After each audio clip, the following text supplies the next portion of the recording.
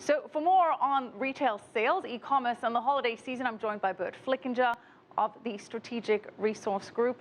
Burt, great to have you with us. Good to team up again, Michelle. Good to see you, Burt. Let's start off with some of the recent earnings that we've had, and they've been very lackluster. We had Macy's disappoint, Walmart not really dazzling, Nordstrom also disappointing. It's painting an overall gloomy picture for department stores. What is your forecast?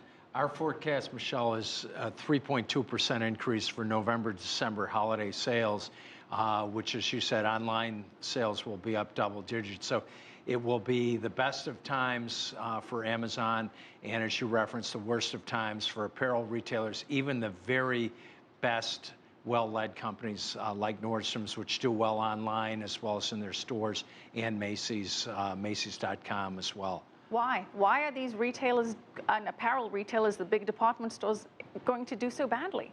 A few reasons. One, warmer weather. The other is people are switching sales with. Come on, we're always blaming the weather. If it's cold weather, people aren't going out because it's too cold to shop. Now it's too warm. I mean, the weather excuse, really. The bigger issue, to your point, Michelle, is with the release of Disney Star Wars 7 and the Disney licensed merchandise coming to the store sooner. People are shifting from apparel more to licensed merchandise, to games, the new Apple products, consumer electronics, all the way to cars. So they're still spending, but they're spending in different places. Okay, so apparel's going to take a knock. We did see Retail Federation predicting an 11% increase in e-commerce. And many are saying that this actually hurts overall sales. For starters, you don't have people going into the stores and doing those impulse shopping and looking at something that they didn't expect to buy. Do you think that e-commerce, big picture, brings down retailers' overall business? E-commerce, you're completely correct, Michelle, brings down overall retail because up to 50% of purchases are unplanned or impulse purchases.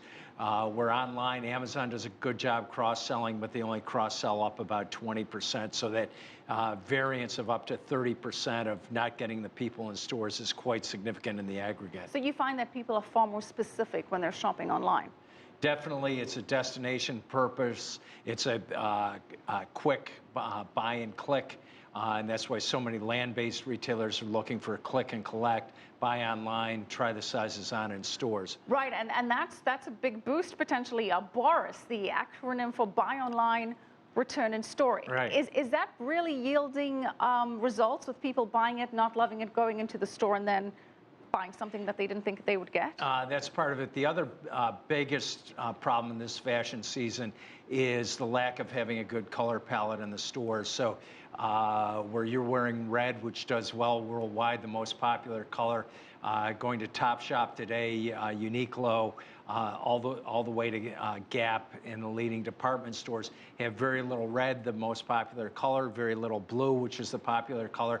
It's a challenging time economically. People don't want to see all black and brown and gray in the stores, and that's the merchandising mistake. But if they know these colors are good sellers, why change a winning formula? That's the Bill Ackman mistake, Michelle. Is Bill Ackman, when he came in to JCPenney, blew out a lot of the senior experience merchandise. So you have a lot of smart kids doing the buying and merchandising, but they're a few years out of college and they don't know the best colors that really connect with shoppers. And with bad color and bad fashion in the stores, you're not going to sell apparel. Well, speaking of connecting with shoppers, a big addition to online shopping is one of live chats on the site. Right.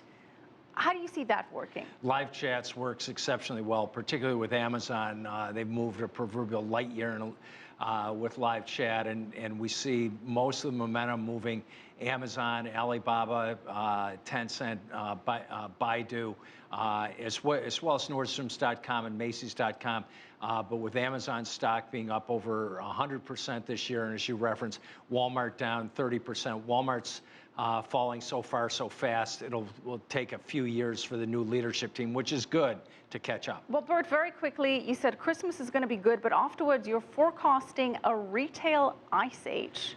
Yes, Explain. retail ice age by this time next year through 2019, because you just don't have enough discretionary dollars. Consumers are facing higher costs, and 9 out of 10 key monthly areas.